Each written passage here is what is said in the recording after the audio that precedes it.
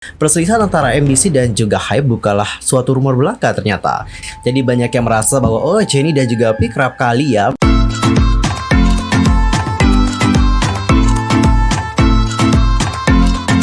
Halo teman-teman, I'm Sokim, welcome back to my YouTube channel. Nah guys, bagaimana kabarnya hari ini? Apakah kalian dalam kondisi yang baik-baik aja? Aku harapkan seperti itu ya. Nah teman-teman, untuk hari ini aku akan ngajakin kalian untuk bincang-bincang masalah agensinya BTS, yakni Hype dan juga MBC.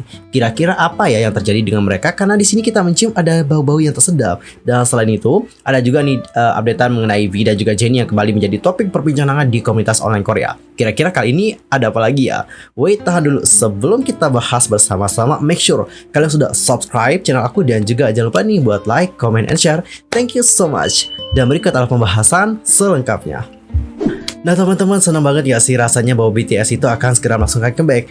Dan yang spesial dari comeback kali ini adalah yops, BTS itu akan tampil di acara Music Show Korea. Kebayang gak sih kalau nggak salah mereka itu udah nggak tampil di acara musik show Korea kira-kira 2 tahun udah nggak nampil karena mereka itu juga sibuk promosi di luar negeri. Jadi ya dapat kita maklumi gitu kenapa mereka jarang tampil gitu di program Music Show Korea. Dan ini aku juga sudah dapetin jadwal tentang tanggal dari BTS yang akan manggung di program musik Korea. Kalau di tanggal 16 Juni itu BTS akan tampil di M Countdown. Lalu di tanggal 17 mereka itu akan tampil di Music Bank KBS2. Lalu di tanggal 19 Juni mereka itu akan tampil di SBS Inkigayo. Dapat kita perhatikan dari jadwal-jadwal tadi kayaknya ada yang kurang deh. Apa ya yang kurang? Oh iya, yang kurang itu adalah ternyata BTS itu nggak tampil di MBC Music Core. Kira-kira apa ya alasan kenapa BTS nggak tampil di Music Core? Apa yang terjadi? Jadi gini guys, banyak dari netizen ya yang berspekulasi bahwa mungkin itu dikarenakan apa yang terjadi sama agensi dan juga MBC. Buat yang belum tahu masih hahaha apa yang terjadi? Oke, aku akan jelasin ya. Kronologinya kayak gini guys. Jadi sekitar akhir tahun 2019 yang lalu nih, BTS pada kali itu diundang menjadi salah satu pengisi acara untuk festival musik tahunannya MBC, yakni Gayo Daejeon. Namun pada kala itu BTS ya tidak bisa hadir gitu dikarenakan sudah terlanjur memiliki jadwal di luar negeri. Kala itu grup beranggotakan 7 orang member tersebut akan tampil dalam acara Declare New Year's Rockin' Eye di Times Square, New York, Amerika Serikat.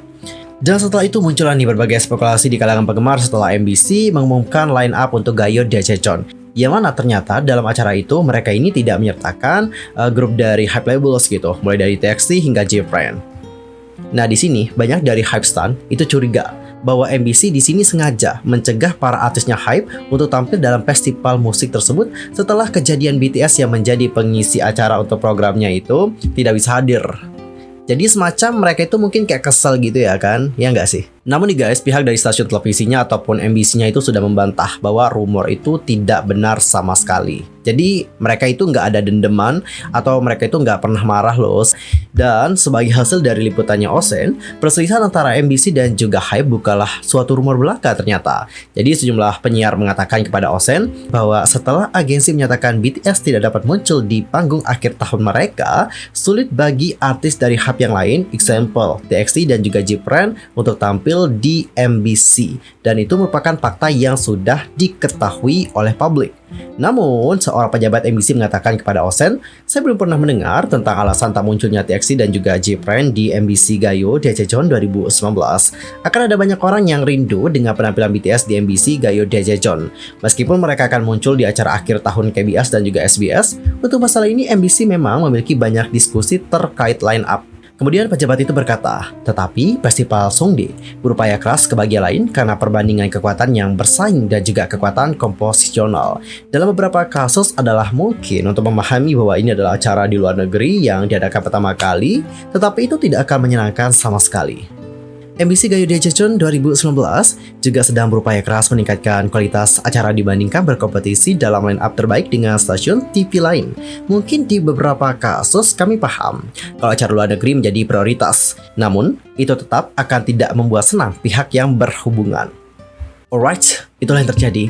And how about your opinion for this one? Anda langsung aja komen di kolom komentar. Dan ternyata ya guys, buntut dari isu MBC dan juga Hype yang tidak akur tidak berhenti sampai di situ saja. Ada lagi nih yang terjadi. Kali ini di tahun 2020 atau tepatnya adalah akhir tahun 2020. Pada kala itu, Hype Label sudah mengadakan sebuah konser akhir tahun yang menampilkan artis-artisnya saja. Dan setelah pengumuman konser tersebut, Netizen menyoroti bahwa Mubit menghapuskan daftar artis dari hype label dari pra-voting untuk acara Music Core. Sebelumnya, untuk lagu milik BTS dan juga TXT yang berjudul Dynamite dan juga Blue Hour itu masuk di antara lagu-lagu yang juga terdaftar untuk prior voting Global Mubit untuk episode ke-700 dari MBC. Namun nih guys, kedua lagu tersebut telah dihapus sejak pengumuman itu dikeluarkan secara resmi oleh agensi yang menaungi kedua artis ternama itu. Dan setelah banyak penggemar yang sudah sadar gitu ya kan tentang kehilangan dari lagu BTS Dynamite dan juga lagu TXT Blue Hour di Mubit, ya tentu banyak dari penggemar nggak seneng dong dengan apa yang terjadi gitu. Dan mereka juga bertanya-tanya ini kenapa sih gitu, what happened gitu. Bahkan ya guys ya, banyak dari netizen ataupun penggemar juga sudah menuduhkan bahwa ya sepertinya untuk MBC ini menyabotase artis dari hype label deh. Makanya untuk lagu tersebut juga dihilangkan. Dan ini juga menyusul tentang bagaimana pengumuman dari hype label yang akan melakukan konser akhir tahun untuk artis-artis mereka. Dan bahkan di sini banyak dari netizen yang juga merasa bahwa MBC itu telah berlaku semena-mena dengan kekuasaan yang dimilikinya sebagai perusahaan penyiaran besar di Korea Selatan. And how about your opinion for this one? Entah langsung aja sampaikan di kolom komentar. Dan guys, di sisi lain aku juga punya updatean mengenai Jennie dan juga V yang kembali menjadi topik perbincangan di kalangan komunitas online Korea. Dan kalian tahu gak sih kali ini gara-gara apa? Coba tebak. Kali ini dikarenakan pose foto kayak gini guys. Oke, dapat kalian perhatikan foto-fotonya. Jadi banyak yang merasa bahwa oh Jennie dan juga V kerap kali ya melakukan gaya foto seperti ini gitu. Intinya mereka tuh kayak melakukan cocok logi lagi gitu bersama dengan Jennie dan juga V. Kemarin kan ada cocok logi juga ya. Pas saat V pakai anting gitu ya kan, ada cocok loginya juga. Kali ini dengan pose seperti itu dijadiin cocok logi lagi. Jadi banyak yang menilai bahwa oh my god, mereka kayaknya berkencan ya. Waduh, posenya sama ya. Tapi nggak semua sih dari netizen Korea yang berkomentar bahwa oh mereka berkencan dikarenakan pose tersebut, nggak. Banyak juga dari netizen yang mengatakan bahwa untuk Taehyung sendiri gitu ya kan, itu kerap kali menggunakan pose seperti itu. Dan para ARMY juga pasti udah pada tahu banget ya bahwa Taehyung emang kerap kali gitu menggunakan pose tersebut. Nggak di V-Live-nya, nggak di konsernya juga sering kali seperti itu. Dan sebenarnya bukan hanya Jennie dan juga Taehyung saja sih yang menggunakan pose seperti ini. Kalau kita berbicara mengenai pose seperti ini ya guys ya, itu banyak banget loh. Perlu aku sebutin satu persatu? Kayaknya nggak perlu deh. Mungkin ada dari kalian yang mau menyebutkan ntar di kolom komentar, langsung aja komen. Dan untuk pose seperti itu sebenarnya bukan menjadi suatu alasan ataupun menjadi suatu hal yang dapat digunakan untuk menunjukkan bahwa mereka berkencan gitu. Menurut aku hal yang paling kuat untuk menunjukkan bahwa mereka berkencan atau tidak, ya foto bareng, pas saat mereka mungkin noki-noki bareng, liburan bareng, itu mungkin baru bukti kuat gitu ya kan. Kalau sebatas pose seperti itu menurut aku emang belum kuat sih. Bukan kayak alergi fakta ya guys. Tapi untuk hal-hal seperti ini memang tidak dapat menjadi bukti yang kuat gitu. I guess so. And how about your opinion for this one? Ntar langsung aja sampaikan di kolom komentar. Oke guys, sekian aja untuk kali ini. Kita udah gibah-gibah bareng. Nanti kita gibah lagi di video berikutnya.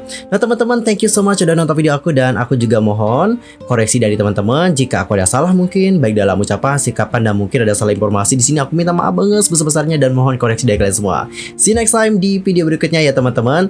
Goodbye.